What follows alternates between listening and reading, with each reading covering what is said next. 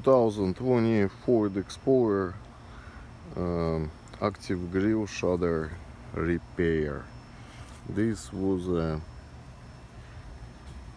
Chinese one, and because these tabs broke off, it was not able to find the position, so I found an old one. What do you call them? The old blinds, because the ones from here, they had broken tops like that. So that, and I drilled the holes and used the like a picture wire to hold them in place. Well, this one replacing a connector. Ford does sells a connector for this thing.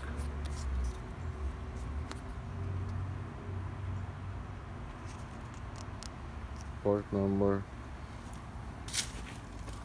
And in case if you're wondering, here from this side up, over there is gonna be your number one. Number one is the ground. Number two is the lean signal. Number three is positive voltage. So you can pretty much figure out. So basically, if you look at the connector like that, ground, signal, battery positive.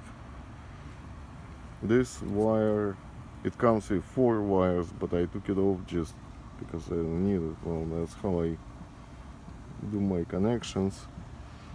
Here, the green one is the ground, the gray one is the positive, this one, the skinny one, is the lean signal. You can figure it out with the tester.